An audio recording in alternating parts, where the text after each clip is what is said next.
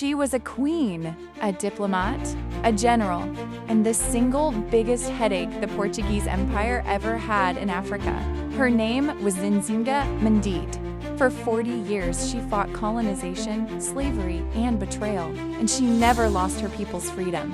While Europe was writing her off as a myth, she was rewriting the rules of war and politics.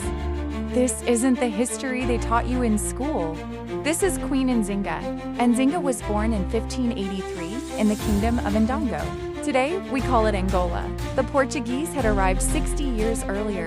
They didn't come as friends. They came for gold, for ivory, and for people. The slave trade was exploding.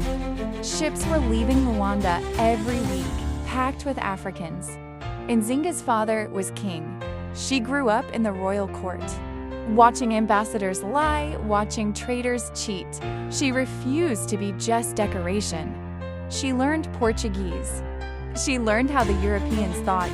She learned their laws, their religion, their weaknesses. She told her advisors, if you want to beat the lion, you must learn how the lion hunts. Fast forward to 1622, Nzinga is now an ambassador for her brother, the king. The Portuguese governor in Luanda calls her for a peace treaty. She walks into the room. There's a big chair for the governor, and nothing for her. This was on purpose. An insult. You are not equal. So Nzinga paused, looked around, then called one of her maids. Get on your knees, she said. The woman did, and Nzinga sat on her back. For the entire 3-hour meeting, imagine the silence in that room. That wasn't just defiance. That was messaging to the Portuguese and to her own people. I will never bow to you. I am royalty. She signed the treaty that day, then went home and tore it up when the Portuguese broke their promises. That was Nzinga. Polite, brilliant, and dangerous. In 1624, her brother died. Court politics were messy. Some historians say Nzinga had a hand in it. Others say she just stepped up when no one else could. They got a strategist. Nzinga knew she couldn't beat Portuguese guns with spears alone. So she got creative.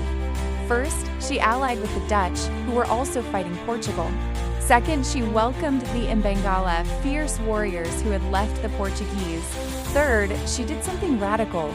She freed enslaved people and offered them a place in her army. Her army had women generals. Her army had former slaves. Her army had spies in Luanda. She turned resistance into a movement. From 1626 to 1656, it was non-stop war. The Portuguese would burn a village. 3 weeks later, Nzinga's forces would hit a Portuguese fort at night and disappear into the forest. She used the land. Swamps, rivers, dense jungle. The Portuguese hated it. Their armor was heavy. Their soldiers got sick. Nzinga's people knew every path.